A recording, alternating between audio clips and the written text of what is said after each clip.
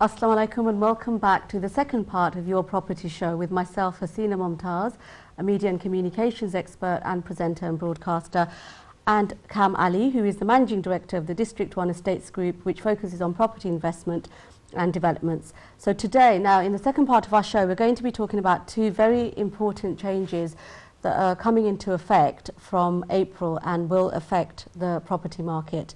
The two things are the property tax changes and also the stamp duty changes, both of which will come into effect following the Chancellor's budget on the 1st of April. So, Kambai, what are the stamp duty changes and how will they affect investors? Yes, there's a major stamp duty change from 1st of April this year. Basically, if you buy a second property, particularly like a buy-to-let investor, then you have to pay an additional surcharge of 3%. So on top of whatever the stamp duty is at the moment, you'll be required to pay extra 3%. So on a 300,000 property, you could be looking at an extra £9,000. So on top of whatever the 8,000 or 9,000 stamp duty you'll pay, so it could be potentially £20,000 to buy a buy-to-let investment, so, or any second property. But if it's with the intention of being your main residence, there are some exemptions to it, and you sell your main residence within 18 months, then you can claim that extra 3% back. And there's the smaller properties, anything under 40,000 or caravans, the stamp duty doesn't apply. But generally, yes, for any second property, buy-to-let investments, it's all extra 3% from 1st of April. So there's a lot of panic buying going on at the moment to beat this 3% before April. So viewers should look out for this, and if you are about to complete on something, you must ensure that you complete before the 1st of April.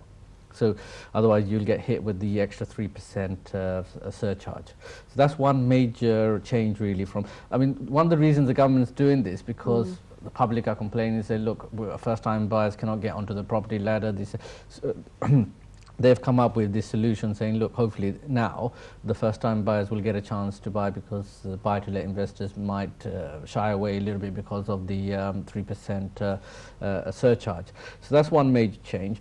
On the income tax basis, there's also a few changes coming in. The mortgage interest relief, that's been phased out, not phased out, it's been restricted at 20% over 4 years.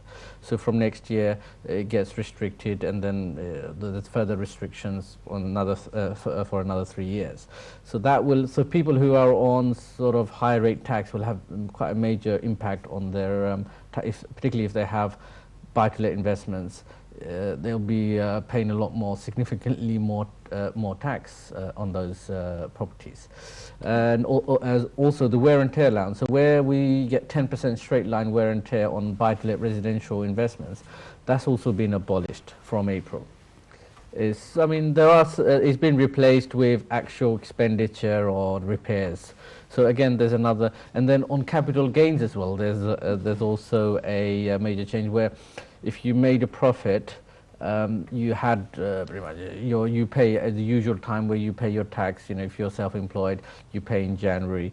Now you have to pay within 30 days of disposal of that capital gain. So if you sold a house within 30 days, you have to pay your the capital gains tax, which is again another major change. So you have to be prepared for these things. You know, where in the past we could wait a year and a half before you actually paid the taxes. Now, as soon as you make that profit, you've got to set aside some money for the taxes, because it's coming fairly immediately within 30 days. So, you know, there's lots of changes there to look out for. If there's any questions, I'm happy to answer those. I'm a trained accountant, so I'm happy to do it. Well, definitely. Just to remind our viewers that obviously this show is for you, and so come through to the studio. You can also email us and get in touch with us through the website and send your questions in that way. One of the things I was interested in, because when you were talking about the stamp duty changes, you mentioned about exemptions. Now, so what are those, and how could our viewers maybe benefit from those? Yes. There are some minor, say, if you want to buy a caravan or small things under 40,000, but there are some other exemptions in the sense that, say, for instance, you live in a main residence and you don't want to sell this immediately, you're not able to sell this immediately, you want to buy another main residence, you have to pay this 3%. But if you were to sell your previous main residence, the one that you live in, within 18 months, then you can claim back the 3% that you've paid, because you'll be, you know, if you within that 18 months, as long as you become just sole owner of one main resident, then you can claim it back. So there are some sensible exemptions there that apply. Yeah. You mentioned that part of the reason that the government's doing this is to encourage more first-time buyers. Absolutely, yes. But I mean, what's this going to do to the property market? Well, we'll wait and see, but it should give, I mean, there's been a lot of panic buying now, so my personal opinion is things will possibly slow down for a few months, and then the serious investors will carry on buying, and things will hopefully settle down a bit. It is the buy-to-let investors are the ones who are really pushing the market at the moment. So we do need first-time buyers to come on board, and hopefully it's difficult for first-time buyers to get on because of the deposit and everything else. And buy-to-let investors can simply leverage on their existing properties, as in remortgage, and buy more and more properties, whereas maybe the first-time buyer doesn't have that opportunity of raising the money from existing properties. So this will where, you know, it's cheaper for a first-time buyer to buy a property than a buy-to-let investor, so therefore, you know, it's less competition, I guess, for the first-time buyer, with less investors interested in investing in view of the 3% surcharge, in view of higher taxes. So there might be a lot of people. The last few weeks I received a lot of calls saying, look, is it really worth me investing in a buy-to-let? I'm a higher rate taxpayer, I'm going to pay. I said, look, it's an individual thing. If you look at it on a long-term investment, then it is. But if you're looking at it purely on the basis of making an immediate profit on your rentals and the taxes, it probably doesn't make sense. But property's always been long-term investment, so you know, you've got to look at it that way. Okay. So I mean, going back to the capital gains issue, that's an additional burden on people who have a second property. How will these changes make it harder for people?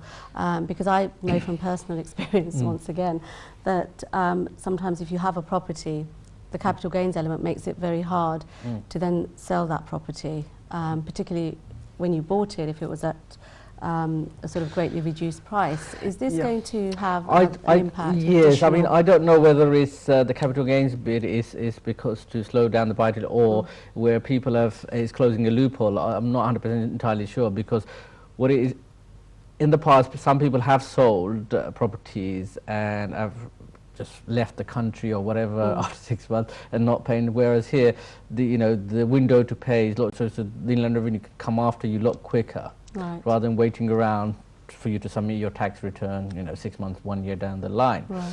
So I mean, that is, it's not an increase in tax. That's just simply saying, look, we want our money faster. Right. So if you've made a nice profit, then you pay your share on capital gains. That's all fine. You can't sort of, where in the past maybe you could reinvest it, and then you don't have to pay the tax until a year later, and then pay it then, and then you go. I know where people have gone to and said, look, I've spent the money, I've reinvested it, can you please give me more time, this, that, the other. So now they're trying to sort of narrow this down to say, look, you've only got 30 days, so don't go around reinvesting it or doing this. We want our money pretty much as soon as you made your money. And so that's probably, I don't believe that's going to have a major impact on the buy-to-let taxes or investors, but certainly the other stuff that we discussed about the stamp duty and the mortgage interest relief could potentially have some impact, yes. Okay, we've got about 3 minutes before we go to our next break, so I just want to encourage our callers to call through. Although we're talking about auction properties, Cam is very well versed in all aspects of the property market, so whatever your question is, do come through. The number's up on your screen, give us a call and put your question to Cam by. So just going back to auction properties, are there other things that our viewers can do to prepare themselves so that they don't get bitten? Yes, so, I mean, basic things. You got to know who the solicitor is going to act for you. Your finance. Have a good inspection of the property before you go. Get a. The other thing, I mean, particularly if it's the first time, you got to try and be sensible and say, look, this is my maximum that I'm going to pay. Oh, Glad I reminded everyone. So we've got a caller through, so can we take our next caller, please? Hello? Hello, Assalamu alaikum. You're through to Your Property Show. What's your name and what's your question for Kambai? Welcome, Islam. The question I have, basically, I've got, I wouldn't say a piece of land, at the back of my garden. I've got some space where it is possible to build a house. However, my neighbor, it's actually a garage, and the connecting garage is my neighbor's garage. If he is not willing to build a house on his side, is it possible for me to build it without his permission and stuff? There's road access, everything is there. But do I need him to give me permission to build a house? So, yeah, basically, I mean, he doesn't have to give you, if it's a shared access, then obviously you need to get his consent. But building a house or extension or a loft is not your neighbor's decision. Is you have to get planning permission from the local authority that you live in. So you get an architect, you build the design, this, that, and the other, and you make the application to the planning officers of your, whichever local authority you live at. But it'll be good to, get your neighbor's opinion. But when this application goes in, they do the planning officers will write to all the neighbors saying, look, do you have any objections to this property being built? They also come and inspect to see if you're blocking somebody's light. Is it sensible to give you planning on this plot of land? And your neighbors will have a major say in this. If they do not object to you building this, then the planning officers, there's a good chance they will give you planning for this. Now, if the neighbors have an issue, then obviously they will make a fuss or put their case forward to the council, say, look, you should not allow planning permission for this house because of whatever reason. So it's not entirely your neighbor who has to give you the permission, it's actually the local authority that you live in. They will give you the permission. But you have to go through that process of planning, and the neighbor will be informed, and they will have the right to say they're part of the argument. If they might remain quiet and say, look, we don't have any objections, you do as you like. You might say, look, could you make some alterations to your plan so that it doesn't affect our property or devalues our property in any way? So it's and you may also need party wall agreements with your neighbor. So it's sensible to discuss it with your neighbor, saying, look, I'm going to put in a plan. Would you mind? And maybe work with them to something that's compatible that they don't object to. Okay, thank you. And also about the cost. Do you know how much roughly it costs to build the house per square feet cost average these days as well? Yeah. So how many bedroom is it? Yeah. It would be roughly about 2 bedrooms, minimum 2, but maximum, if it's 3, you'll be stretching it. All right, so 2 to 3 bedroom house, I mean, depending on what sort of spec and, how gorgeous you want to make it. But minimum these days, you'll be looking at about 120,000 for a decent, and then going up to, more than 200,000 to build the basic, not the actual interior I'm talking about, just a basic build. To do it properly, and to actually finish it off, like I said, it all depends, what sort of material you want to use when you're finishing it off, and but minimum you're looking at about 120 to 30,000 pounds to get the structure up, and then whatever internal you want to spend another maybe 30-40,000 internally. So in total, I'm guessing about what, 175,000 pounds. When you say internal, you mean like what do you mean by internal? Internal, as in, your kitchen, your bathroom, your tiles, your lighting, your doors. Depends what what standard or finish you want. Some people put a kitchen in for £2,000, others put a kitchen in for £20,000. So all depends the spec you want. How the bathroom, what sort of basins you want to put in, how expensive the shower is, the tiles. So it depends on the spec that you want. But if you were talking about a standard average 2 to 3 bedroom, I think about 175,000 should cover it all.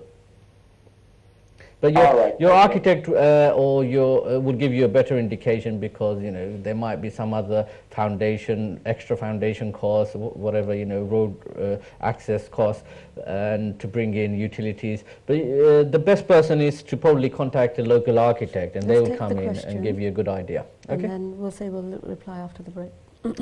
Thank Sorry? you. Okay, great, thank you. Those were very, very good questions, actually. We've got another caller, but we need to go to a break. So what we'll do is we'll take the question, Yes. and then we'll answer after the break. So if you'd like to put the next caller through, please. Hello, assalamu alaikum. We've lost that caller. So what we'll do is we'll come back, and maybe they'll come back on the line. We're going to go to a break, but just to remind you that today we're talking about auction properties, as well as the new tax changes which will come into effect in April. So please do give us a call after the break. Stay with us. Thank you.